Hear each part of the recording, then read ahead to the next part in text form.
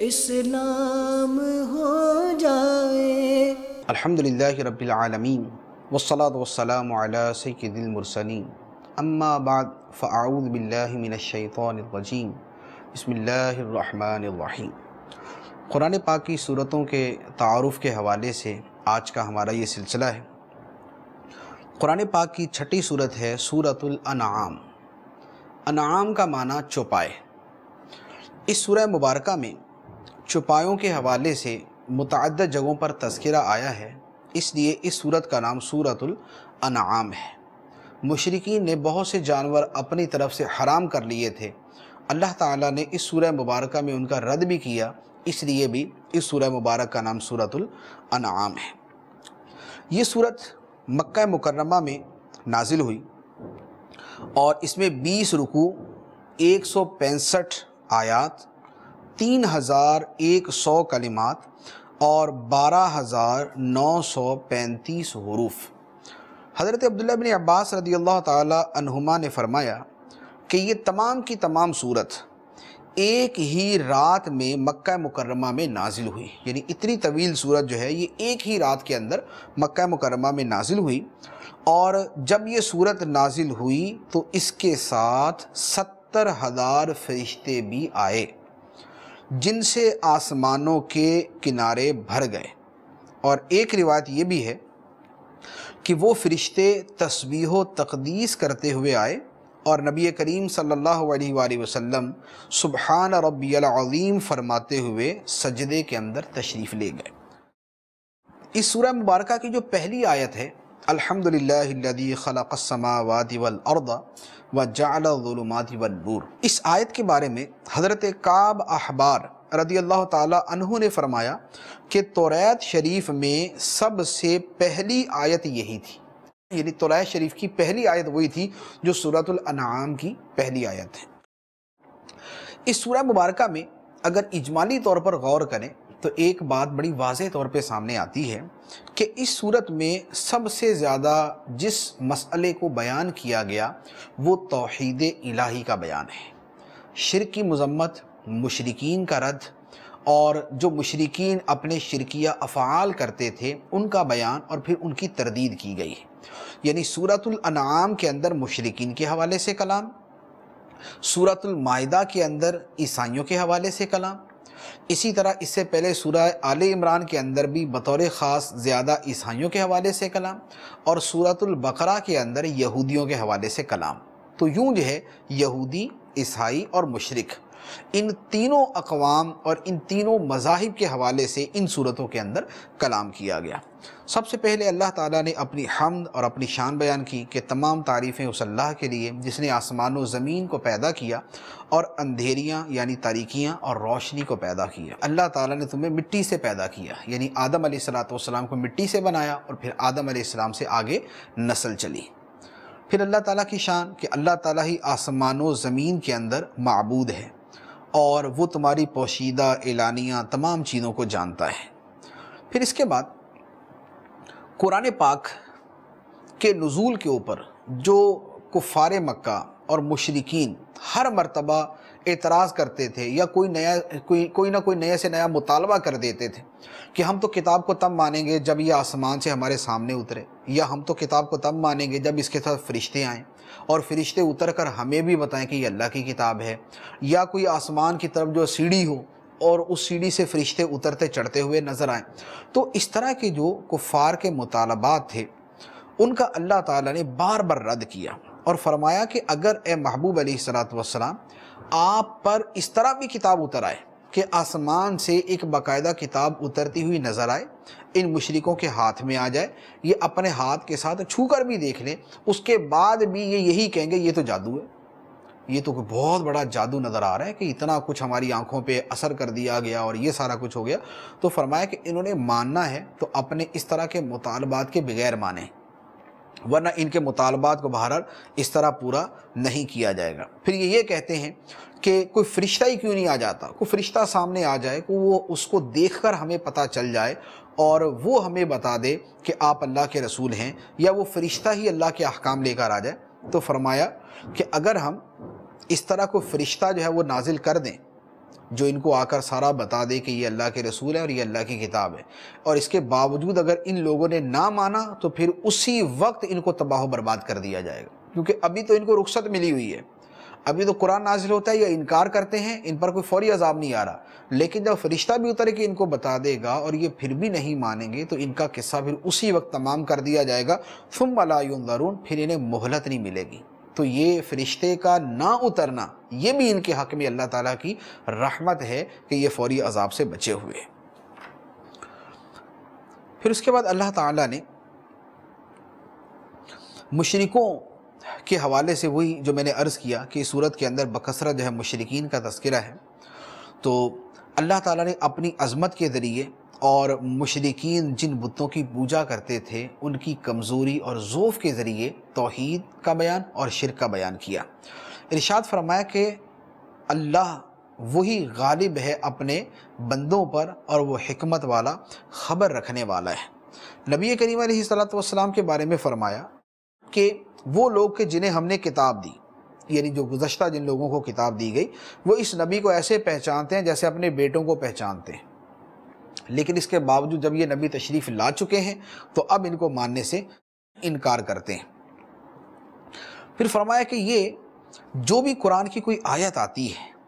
یہ انہوں نے ایسا رویہ اختیار کیا ہوا ہے کہ گویا ان کے کانوں کے اندر جو ہے کچھ روئی وغیرہ ٹھونسی ہوئی ہے کہ جس کی وجہ سے یہ سننے سے بے بہرا ہیں، یہ سنتے ہی نہیں ہیں، اور ان کے دلوں کے اوپر جو ہے وہ پردے پڑے ہوئے۔ تو یہ اگر اس انداز کے اندر تو تمام کی تمام نشانیوں کو بھی دیکھ لیں گے تب بھی یہ ایمان نہیں لائیں گے، اور جب بھی قرآن کی کوئی آیت ان کے پاس آئے گی تو یہ اس کے بارے میں یہی بول دیں گے کہ قرآن ہے کیا، پرانے لوگوں کی قصے کہانیاں تو ہیں ساری اس کے اندر۔ تو یہ پرانے لوگوں کی قصے کہانیاں کہہ کر قرآن پاک کا مذاق اڑائیں گے اور قرآن پاک کو تسلیم کرنے سے انکار کر دیں گے۔ تو فرمایا کہ یہ لوگ جو اللہ سے ملاقات کے منکر ہیں، یعنی قیامت کے منکر ہیں، تو جب قیامت کا دن آئے گا اس وقت یہ کہیں گے کہ افسوس ہماری ان کوتاہیوں پر جو ہم نے کی تھی، اور اس وقت یہ اپنے گناہوں کا بوجھ اپنی پشتوں کے اوپر لادے ہوئے ہوں گے، اور جس دنیا کی وجہ سے آخرت کو بلا کر بیٹھے ہوئے تھے اللہ تعالیٰ نے فرمایا کہ وہ دنیا کیا ہے، وَمَا الْحَيَاةُ الدُّنْيَا إِلَّا لَعِبٌ وَلَهْوٌ وَلَلدَّارُ الْآخِرَةُ خَيْرٌ لِلَّذِينَ يَتَّقُونَ أَفَلَا تَعْقِلُونَ، کہ دنیا کی زندگی نہیں مگر کھیل کود، اور بے شک پچھلا گھر آخرت کا گھر وہی اچھا ہے ان کے لیے جو اللہ سے ڈرتے ہیں۔ تو اے لوگو کیا تمہیں سمجھ نہیں؟ پھر نبی کریم صلی اللہ علیہ وآلہ وسلم کی تسلی کے لیے فرمایا گیا کہ اے محبوب علیہ الصلوۃ والسلام، یہ لوگ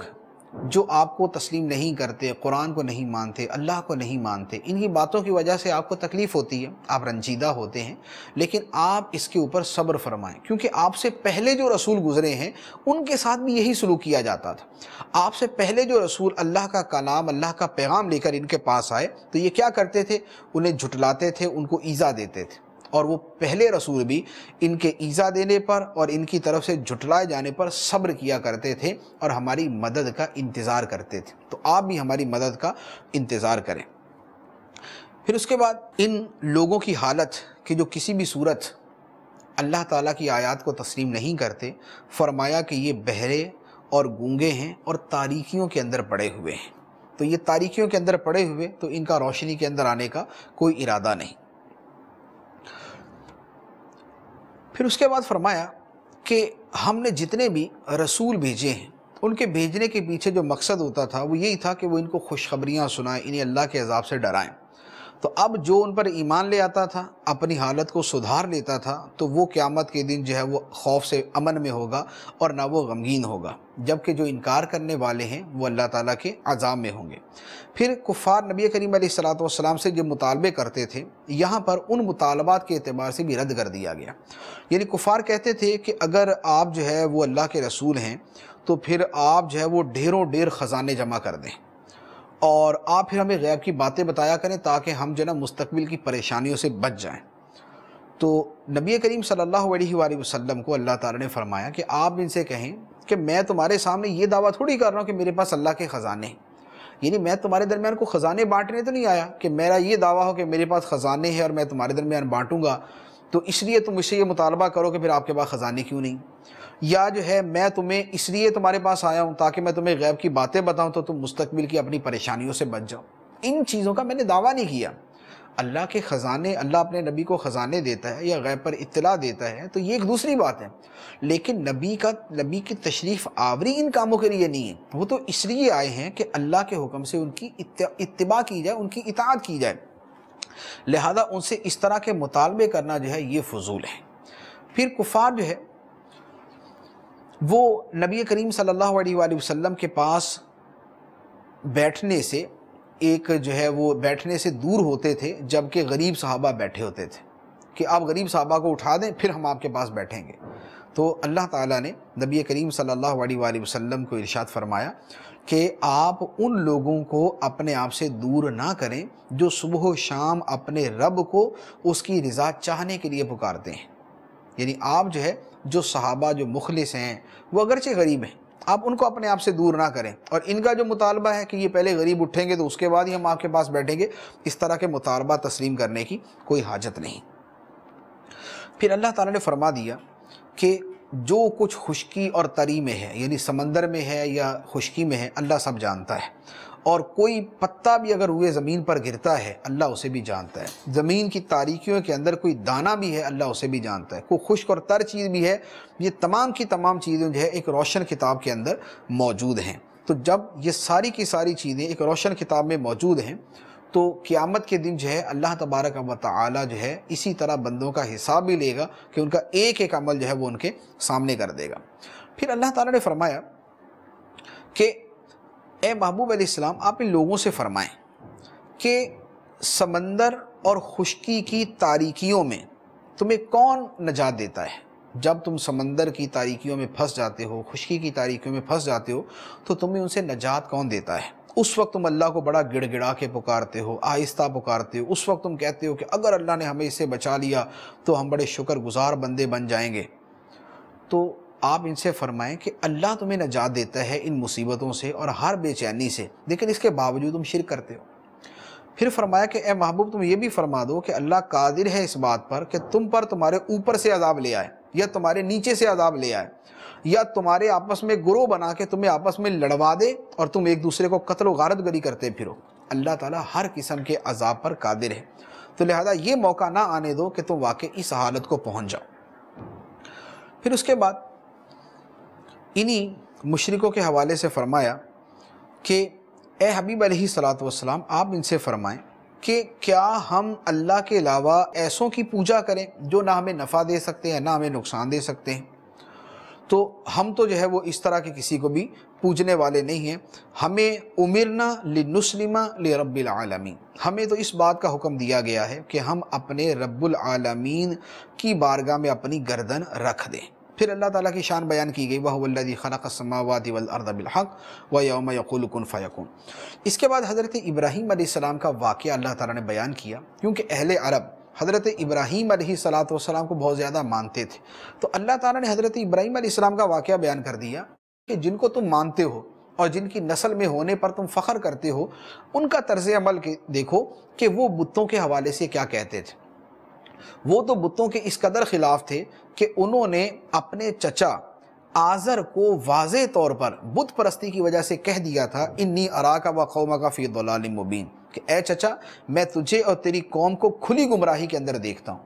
تو حضرت ابراہیم علیہ السلام تو بت پرستی کے اتنا خلاف تھے اور تم ان کے پیروکار ہونے کا دعویٰ کر کے اور تم ان کی نسل میں سے ہونے کا دعویٰ کر کے بھی ان کے برخلاف چلتے ہو. پھر اللہ تعالیٰ نے حضرت ابراہیم علیہ السلام کا ایک واقعہ بیان کیا جس میں آپ نے اپنی قوم کو توحید اور اللہ تعالیٰ کے حوالے سے ایک بڑے پیارے انداز میں سمجھایا تھا. ستارہ نکلا تو ابراہیم علیہ السلام نے فرمایا کہ کیا تم اسے میرا رب کہتے ہو؟ پھر جب وہ ڈوب گیا تو کہنا میں ڈوبنے والوں سے تو میں محبت نہیں کرتا. چاند نکلا وہ بھی روشن تھا. ابراہیم علیہ السلام نے فرمایا کہ کیا اسے میرا رب کہتے ہو؟ پھر جب چاند بھی ڈوب گیا تو ابراہیم علیہ السلام نے فرمایا کہ میرے رب نے مجھے ہدایت دی ہوئی ہے، اگر وہ نہ دیتا تو میں بھی گمراہوں میں سے ہوتا. پھر اس کے بعد سورج نکلا تو فرمایا کہ سورج کو میرا رب کہتے ہو، یہ تو بہت بڑا ہے. پھر جب وہ بھی ڈوب گیا تو فرمایا کہ اے قوم میں بیزار ہوں اس سے جو تم اللہ کے ساتھ شریک ٹھہراتے ہو، اور میں نے اپنے چہرے کو پھیر لیا اسی اللہ کی طرف جس نے آسمان و زمین کو پیدا کیا. اور میں مشرکوں میں سے نہیں ہوں۔ تو اب قوم ان سے جھگڑا کرتی رہی، حضرت ابراہیم علیہ السلام ان کو جواب دیتے رہے۔ تو یوں اللہ تعالیٰ نے حضرت ابراہیم علیہ السلام کے بارے میں فرما دیا کہ انہوں نے اپنی قوم سے باقاعدہ جو ہے اس موضوع کے اوپر کلام کیا شرک کے حوالے سے، کہ اللہ کے سوا جسے بھی تم معبود مانو گے وہ معبود بننے کا اہل ہی نہیں، وہ معبود ہونے کا اہل ہی نہیں، اسے معبود مانا ہی نہیں جا سکتا۔ پھر اس کے بعد اللہ تعالیٰ نے ابراہیم علیہ السلام کے ساتھ اور کثیر نبیوں کا تذکرہ کیا، حضرت اسحاق، حضرت یعقوب، حضرت نوح، حضرت داؤد، سلیمان، حضرت ایوب، حضرت یوسف، حضرت موسیٰ، حضرت ہارون، حضرت زکریہ، حضرت یحییٰ، حضرت عیسیٰ، حضرت الیاس، حضرت اسماعیل، حضرت یسع، حضرت یونس، حضرت لوط۔ یہ سارے کے سارے نبیوں کا تذکرہ کر کے اللہ تبارک و تعالی نے ان سب کے حوالے سے ارشاد فرمایا کہ ذالک ھدی اللہ یہدی بہ من یشاء من عبادہ، یہ اللہ کی ہدایت ہے۔ پہلے تو ان کی شان بیان کی کہ اللہ کے چنے ہوئے بندے، پھر فرمایا کہ یہ اللہ کی ہدایت ہے، اللہ تعالیٰ اپنے بندوں میں سے جسے چاہتا دیتا ہے۔ اب اس کے بعد فرمایا اور اگر وہ شرک کرتے، یعنی نبی اتنی عظمتوں والے، اتنی شانوں والے، اتنے مقام و مرتبے والے، اگر یہ شرک کرتے لَحَبِطَ عَنْهُمْ مَا كَانُوا يَعْمَلُونَ، تو ضرور ان کے سارے اعمال برباد ہو جاتے۔ یعنی نبیوں کو بھی حکم ہے شرک سے بچیں اور توحید کے اوپر ہیں۔ تو جب اللہ کے نبیوں کو یہ حکم ہے اور انہوں نے اس کے اوپر عمل بھی کیا اور وہ ہمیشہ توحید پر ہیں، تو پھر اے عام لوگو تم ان کے نقش قدم پر کیوں نہیں چلتے، تم ان کی پیروی کیوں نہیں کرتے؟ پھر یہودیوں کا بیان ہے اور یہودیوں کے حوالے سے فرما دیا کہ یہودیوں نے اللہ کی قدر نہ جانی جیسے اس کی قدر کا حق تھا۔ پھر موسیٰ علیہ السلام پر توریت شریف نازل کیے جانے کا اور اس کے حوالے سے بیان کیا۔ پھر اس کے بعد اللہ تعالیٰ نے چونکہ مشرکوں کو اس سورہ مبارکہ میں بار بار سمجھایا ہے، تو اللہ تعالیٰ نے اپنی شان کو اور اپنی نشانیوں کو بیان کیا کہ جن کے اندر غور کرنے سے آدمی کو توحید اور اللہ کی عظمت اور اس کی قدرت کا پتہ چلتا ہے۔ فرمایا کہ ان اللہ فالق الحب والنوى، اللہ تعالیٰ دانے اور گٹھلی کو چیرنے والا ہے، یعنی دانے اور گٹھلی کو چیر کر جو اس سے درخت اور پودا پیدا کرتا ہے وہ اللہ تعالیٰ کی ذات۔ مردے کو زندہ کرتا ہے، اسی طرح صبح کو جو ہے وہ رات کی تاریکی سے چیر کے نکالتا ہے، اسی نے رات کو آرام کا ذریعہ بنایا، اسی نے سورج اور چاند کو ایک خاص جو ہے وہ حساب کے اوپر بنایا، اور اسی نے تمہارے لیے ستارے بنائے کہ تم ستاروں کے ذریعے خشکی اور جو ہے وہ تری کے اندر راستہ تلاش کرتے ہو، اسی نے تمہیں ایک جان سے پیدا کیا، وہی آسمان سے پانی نازل کرتا ہے، وہی رنگ برنگے جو ہے وہ پودے پیدا فرماتا ہے۔ تو یہ ساری کی ساری شانیں اللہ کی۔ پھر اللہ کی شان کہ اس نے آسمان و زمین کو بغیر کسی سابقہ نمونے کے پیدا کیا، تو فرمایا یہ سارے کے سارے جس کے کام ہیں ذالکم اللہ ربکم، یہ ہے اللہ تمہارا رب۔ تو یہ اللہ تمہارا رب ہے جس کے سوا کوئی معبود نہیں، جس نے ہر شے کو پیدا کیا، تو اس کی تم عبادت کرو، اور وہی ہر شے کے اوپر نگہبان ہے۔ اور جن بتوں کو تم مانتے ہو جو بیچارے دیکھ نہیں سکتے، سن نہیں سکتے، بول نہیں سکتے، حرکت نہیں کر سکتے، چل پھر نہیں سکتے، کسی کی مدد نہیں کر سکتے، کسی کو نقصان نہیں پہنچا سکتے، اللہ تعالیٰ کے مقابلے میں ایسے بے کس، بے بس اور لاچار بتوں کی پوجا کرنا سراسر باطل ہے۔ پھر اس کے بعد اللہ تبارک و تعالی نے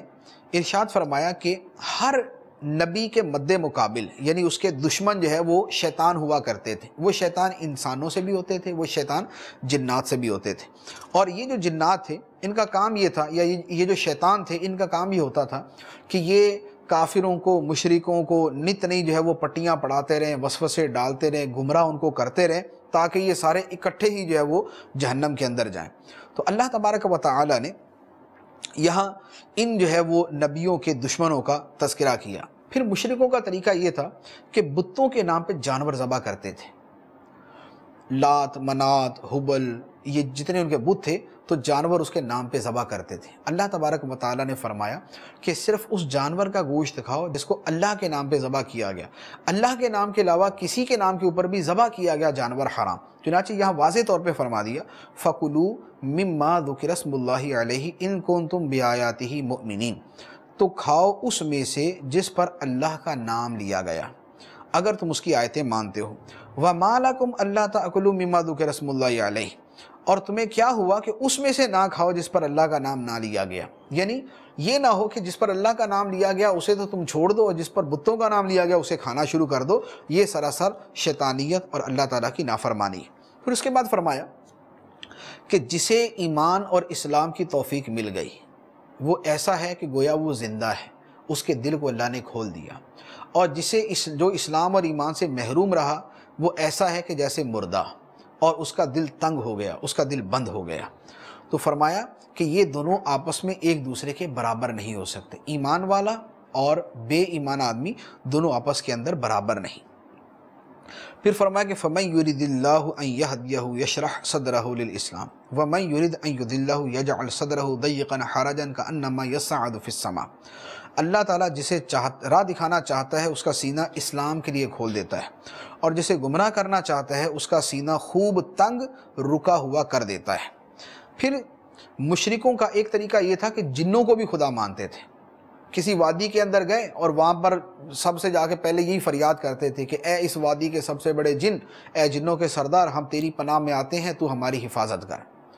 تو چونکہ اب جنات کا بھی جو ہے وہ اسی وجہ سے دماغ خراب ہوتا تھا، جب لوگ ان سے مدد مانگتے تو جنات بھی اپنے آپ کو پتہ نہیں کیا کیا سمجھتے تھے۔ تو اللہ تعالیٰ نے جنوں اور انسانوں دونوں کو مخاطب کر کے فرمایا کہ اللہ تعالیٰ ان سب کو قیامت کے دن جمع کرے گا، اور قیامت کے دن جمع کر کے جنوں کو بھی جو ہے ان سے بھی حساب لے گا، انسانوں سے بھی حساب لے گا۔ انسانوں سے حساب لیا جائے گا کہ تم نے جنوں کی پوجا کیوں کی، اور جنوں سے حساب لیا جائے گا کہ تم نے ان انسانوں کو کیوں گمراہ کیا، اور تم جو ہے وہ ان کی گمراہی کے در پہ کیوں ہوئے۔ تو اب اس وقت پھر ہر ایک کو حساب دینا پڑے گا۔ تو وہ جنات کہ جو اپنی پوجا ہونے پر اور اپنے مدد مانگے جانے پر، ان سے مدد مانگی جائے اس کے اوپر خوش ہوتے تھے، وہ بھی گرفت کے اندر آئیں گے، اور ان کو پکارنے والے مشرکین جو ہیں وہ بھی گرفت میں آئیں گے۔ پھر اس کے بعد مشرکوں نے ایک کام یہ کیا ہوا تھا کہ اپنے جانوروں کے اندر بھی اور اپنے کھیتوں کے اندر بھی اپنے بتوں کا ایک حصہ علیحدہ کیا ہوتا تھا۔ یعنی فصل پیدا ہوئی، اب فصل میں سے مثال کے طور پہ 10واں حصہ 20واں حصہ کر دیا کہ بھی یہ جو حصہ ہے یہ ہمارے بتوں کے لیے، اور اسی طرح جانور ذبح کیا تو جانوروں کے اندر مقرر کر دیا کہ یہ والے جو اچھے اچھے جانور ہیں یہ ہمارے بتوں کے لیے۔ تو یہ انہوں نے جو تقسیم کی تھی اللہ تعالیٰ نے اس کے حوالے سے بیان کیا کہ وَجَعَلُوا لِلَّهِ مِمَّا ذَرَأَ مِنَ الْحَرْثِ وَالْأَنْعَامِ نَصِيبًا فَقَالُوا هَذَا لِلَّهِ بِزَعْمِهِمْ وَهَذَا لِشُرَكَائِنَا فَمَا كَانَ لِشُرَكَائِهِمْ فَلَا يَصِلُ إِلَى اللَّهِ وَمَا كَانَ لِلَّهِ فَهُوَ يَصِلُ إِلَى شُرَكَائِهِمْ سَاءَ مَا يَحْكُمُونَ۔ کہ یہ ساری کی ساری تقسیمیں باطل، جو اپنے بتوں کے لیے یہ کرتے ہیں وہ اللہ کو نہیں پہنچتا، اور جو اللہ کے لیے کرتے ہیں وہ ان کے بتوں کو پہنچ جاتا ہے۔ کیونکہ جب شرک کرتے ہیں تو شرک کی وجہ سے جو اللہ کے لیے خاص کرتے ہیں وہ بھی اللہ کی بارگاہ میں مقبول نہیں ہوتا۔ پھر اس کے بعد مشرکوں کی جہالت کی انتہا یہ تھی کہ اپنی اولاد کو قتل کرنا بھی ان کی نظر کے اندر ایک اچھا فعل ہو گیا تھا کہ اپنی اولاد کو قتل کرتے تھے۔ تو اللہ تبارک و تعالیٰ نے اس کی بھی مذمت کی۔ پھر یہ مشرک جو کہتے تھے کہ یہ کھیتیاں جو ہیں اور یہ جو ہمارے جانور ہیں یہ روکے ہوئے ہیں، یعنی یہ بتوں کے لیے روکے ہوئے ہیں، اب ان پہ نہ کوئی سواری کرے گا نہ کوئی ان کا گوشت کھائے گا۔ تو فرمایا کہ یہ سب باطل مردود ہے، یہ اللہ تعالیٰ پہ افترا ہے۔ پھر اللہ تعالیٰ نے ان کو انہی جانوروں کے ذریعے ان کو جو ہے وہ دلائل کے ذریعے جو ہے وہ ان کو چپ کرایا کہ جن جانوروں کو تم اپنی طرف سے حرام کہتے ہو یہ حرام کہاں سے ہو جاتے ہیں؟ نر کی طرف سے ہو جاتے ہیں یا مادہ کی طرف سے ہوتے ہیں؟ کس کی طرف سے ہوتے ہیں؟ جو بھی صورت اختیار کرو گے نتیجہ یہ نکلے گا کہ سارے کے سارے حرام ہو جائیں گے۔ تو پھر جو ہے وہ تمہارا یہ تفریق کرنا کہ یہ حلال ہے یہ حرام ہے، یہ سب تفریقیں باطل ہو جائیں گی۔ اس کے بعد یہ جانوروں ہی کے حوالے سے متعدد جو ہے وہ کلام چلتا رہا۔ پھر آخر میں اللہ تعالیٰ نے ارشاد فرمایا کہ بنی اسرائیل کو جو احکامات دیے گئے تھے وہ احکام یہاں پر اللہ تعالیٰ نے بیان کیے۔ وہ احکام جو ہے وہ وہاں احکام عشرہ یعنی 10 احکام کے نام سے معروف ہے، یہاں پر متعدد احکام ہیں۔ شرک نہیں کرو، والدین سے اچھا سلوک کرو، اولاد کو قتل نہ کرو، بے حیائیوں کے قریب نہ جاؤ، کسی جان کو قتل نہ کرو، یتیم کا مال نہ کھاؤ، ناپ تول صحیح طریقے سے کرو، بات کرو تو عدل و انصاف کے ساتھ کرو، وعدہ پورا کرو۔ تو یہ سارے کے سارے احکام ہیں جو اللہ تعالیٰ نے توریت کے اندر بنی اسرائیل کو بھی دیے تھے اور قرآن کے اندر اللہ تعالیٰ نے مسلمانوں کو بھی دیے۔ اس کے بعد فرما دیا کہ جو اللہ کی بارگاہ کے اندر ایک نیکی لے کر آئے گا اللہ تعالیٰ اسے 10 گنا ثواب عطا فرمائے گا، اور جو ایک برائی لائے گا اسے ایک ہی برائی کا بدلہ دیا جائے گا، یعنی ایک نیکی پر 10 نیکیوں کا ثواب ملے گا، یہ اللہ کی رحمت، اور ایک گناہ پر ایک ہی کا بدلہ ملے گا، یہ اللہ تعالیٰ کا عدل ہے۔ پھر حضرت ابراہیم علیہ السلام کے دین کی پیروی کا حکم فرمایا اور ایک خلاصہ کلام بیان کر دیا کہ اے محبوب تم فرماؤ میری نماز، میری قربانیاں، میرا جینا، میرا مرنا سب اللہ کے لیے ہے جو تمام جہانوں کا پالنے والا ہے۔ اس کے بعد اللہ تعالیٰ نے پھر اپنی عظمت و شان کے بیان کے اوپر اس صورت مبارکہ کو ختم کر دیا۔ تو سورۃ الانعام جو ہے یہ مشرکوں کے شبہات کی تردید، ان کے غلط عقائد کے بیان اور ان کی تردید کے اوپر مشتمل۔ پہلی آیت جو تھی وہ اللہ تعالیٰ کی عظمت و شان پر، اور جو آخری آیت ہے وہ بھی اللہ تعالیٰ کی عظمت و شان پر ختم ہوئی۔ اللہ تعالیٰ قرآن کا فہم عطا فرمائے اور اس کے احکام پر عمل کرنے کی توفیق عطا فرمائے، آمین بجاہ النبی الامین صلی اللہ علیہ وسلم۔ یہی ہے آرزو تعلیم قرآن عام ہو جائے، ہر ایک پرچم سے اونچا پرچم اسلام